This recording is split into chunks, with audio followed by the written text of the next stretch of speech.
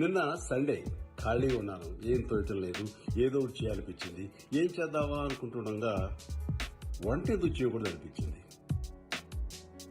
వంట అనేసరికి నాకు ఒక్కసారి చిన్నప్పటి రుచి గుర్తుకొచ్చాయి. అమ్మ చిన్న చిన్న చేపలతోటి చింతకాయలు తుక్కుతోటి దగ్గరగా దాన్ని ఫ్రై చేసి అమ్మ చేసి పెట్టేది, చాలా రుచిగా ఉండేది. అలాగే అమ్మ మాకు ఇంత చేసి పెట్టేది కదా, సరదాగా అమ్మకి ఈ కూర నేను చేసి పెడితే ఎలా ఉంటుంది అనిపించింది. అది తిరుగుతుందో బ్రహ్మాండం ఉందని అంటుందో.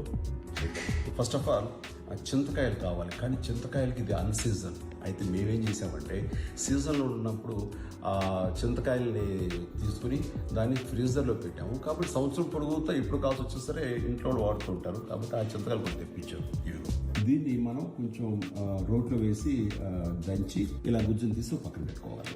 సో ఈ సైజు కట్టె పరిగెలు అంటే చిన్న చేపలు, కొంచెం కారం, కొంచెం పసుపు, ఉప్పు కూడా చెప్పాలా, ఉప్పు లేకుండా తినగలవా, కొంచెం జీలకర్ర, దాదాపు 12 చేపలకి ఒక పెద్ద ఉల్లిపాయ, అలాగే ఒక పచ్చిమిరపకాయ సరిపోతుంది. తర్వాత కొంచెం నూనె. సో ఇవి ఇంగ్రీడియంట్స్. అంటే వెరీ సింపుల్, అంటే ఎలాంటి ఆర్థిక స్థోమత ఉన్న వాళ్ళైనా సరే చేసుకోదగినటువంటి వంటకం ఇది. Okay, so let's start. ఉల్లిపాయ దీన్ని ఇట్లాగా మిక్స్ చేసుకోవాలి. ఈ చింతకాయ తొక్కు కూడా దీని లోపల వేసేసుకుని కలిపేసుకోవాలి. అది సమంగా పట్టేలాగా కొంచెం చూసుకుందాం. దీనిలోనే 2 స్పూన్ల ఆయిల్,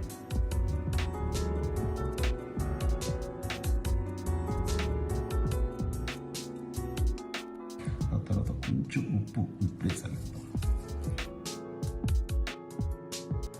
కొంచెం కారం, స్పూన్ వేసిన బాగా, పసుపు,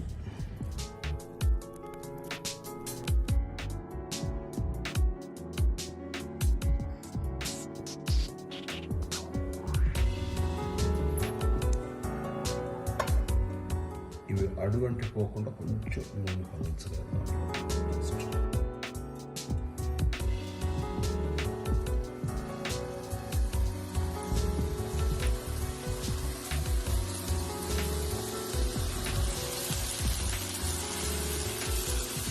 అడుగున మాడేలాగా కూడా చేసుకుంటే ఇంకా రుచిగా.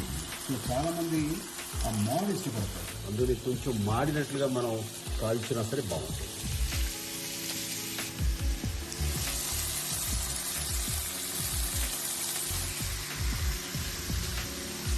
ఒక్కసారి తిరిగేసిన తర్వాత ఇంకా అంతే, మళ్ళీ దీన్ని ఇంకా తిరిగైపోతుంది.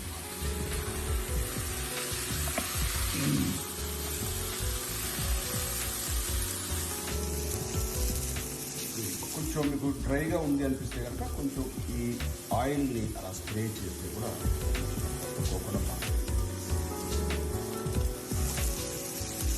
జీలకర్ర వేసుకుంటారు, కొంచెం పంటి కింద పడితే బాగుంటుందని బయట చదువుతారు. కానీ ఎందుకు అమ్మకి జీలకర్ర ఇస్తున్నాం కాబట్టి, అమ్మ కోసం ఉంటున్నాం కాబట్టి ఇది క్యాన్సర్.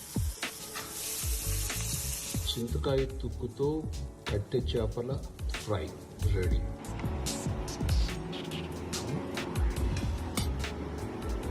టెన్షన్గా ఉంది, ఏమంటుంది, హిట్ అంటదా, ఫ్లాప్ అంటదా, పట్టు అంటదా, వావ్ అంటదా. రాలేదు ఫస్ట్ తిని చెప్పాను.